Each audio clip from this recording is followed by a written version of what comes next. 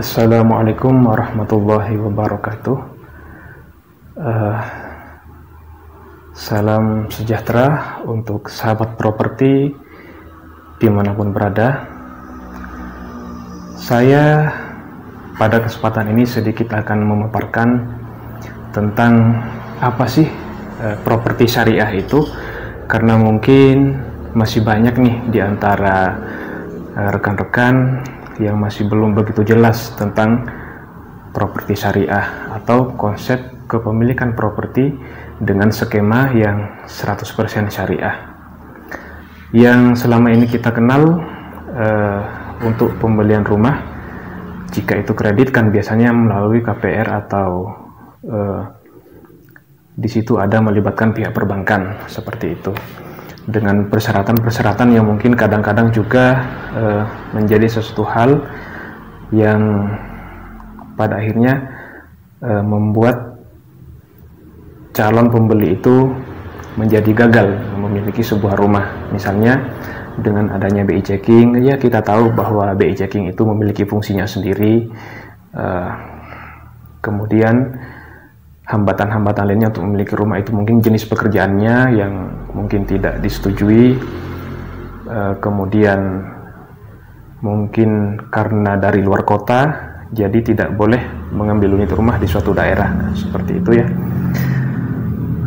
Jadi di dalam properti syariah itu kita sebenarnya berupaya untuk menghilangkan hambatan-hambatan seperti itu. Ya tentu saja selain konsep tanpa bunga, tanpa riba, tanpa bank, dan yang sudah saya sebutkan tadi, tidak ada BI checking, tidak ada survei terlebih dahulu, tidak ada wawancara, ketika terjadi halangan untuk membayar, user tidak dikenakan denda. Ketika user ingin melunasi lebih cepat unit rumahnya, maka juga tidak ada penalti di situ. Nah, seperti itu.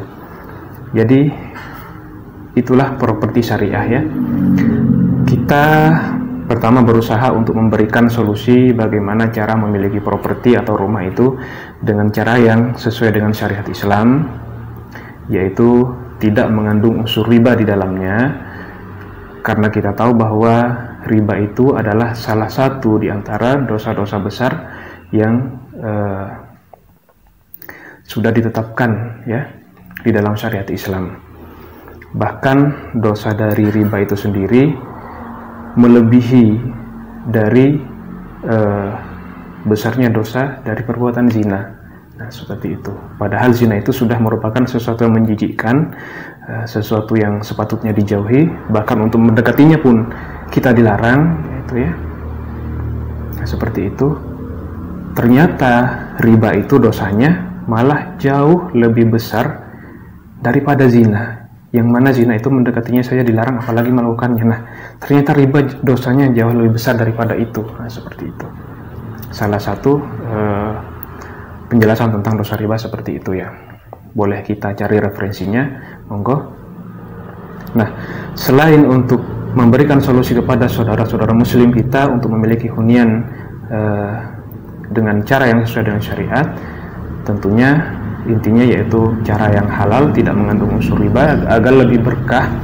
Karena harta itu juga akan ditanyakan dua hal nanti di hadapan Allah: dari mana kita dapatkan, dan untuk apa kita belanjakan, dan untuk apa kita habiskan. Nah, harta itu halalnya dihisab dan haramnya terkena azab. Nah, itu makanya kita harus hati-hati kalau terkait urusan harta. Siapa bilang harta itu hanya urusan dunia, nggak akan dibawa mati? Coba kita berpikir lebih dalam, apakah betul prinsip itu? Nggak apa-apalah, yang penting dapat, ini urusan harta, urusan dunia aja. Loh, itu semua akan dipertanggungjawabkan di akhirat nanti. Itu kita harus ingat ya.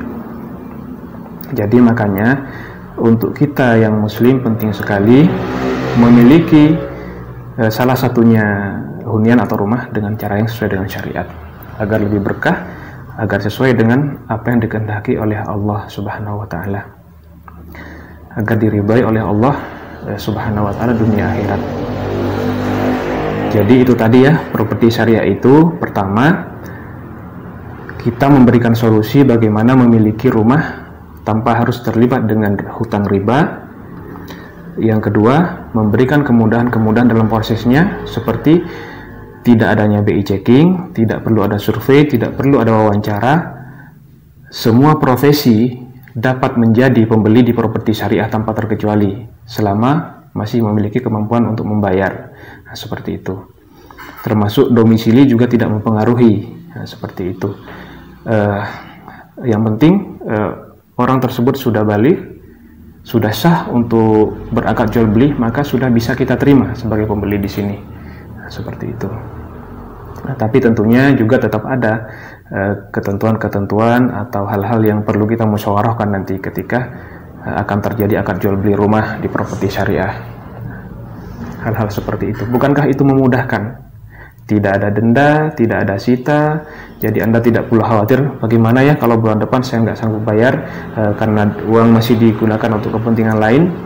Boleh Anda mengajukan keringanan dan insya Allah pasti di-ACC oleh developer syariah selama tetap berkomunikasi dengan baik. Nah, seperti itu, karena niat kita kan sama-sama baik, sama-sama untuk saling memudahkan, maka akan kita berikan kelonggaran. Oke, nggak apa-apa, bulan depannya mungkin baru bayar angsuran. Bagaimana kalau suatu saat ada kelebihan rezeki, saya mau ngangsur lebih biar cepat lunas, monggo, nggak masalah, nggak akan kena penalti. Nah, seperti itu enaknya di properti syariah.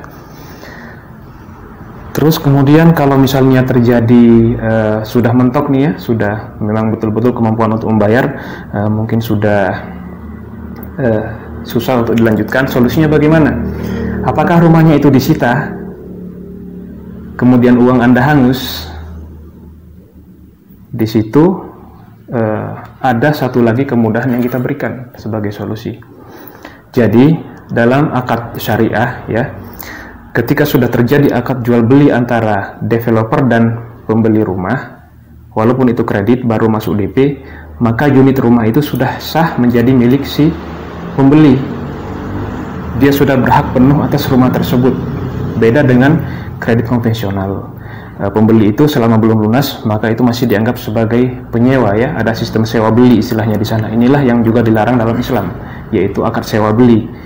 Multi akad itu kita mengambil pendapat yang melarang multi akad. Nah, seperti itu. Di sini kita menghindari itu. Kalau beli ya beli, sewa ya sewa. Nah, itu yang kita terapkan.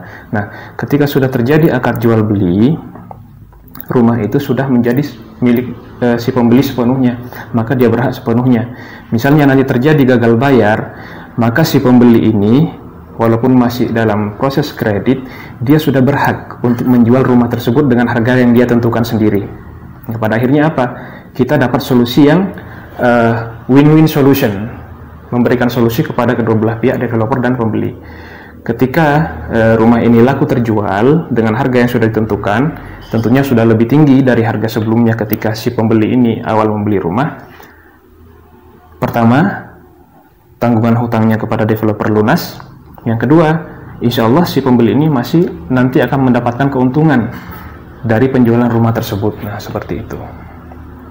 Itulah salah satu kelebihan di properti syariah. Gimana?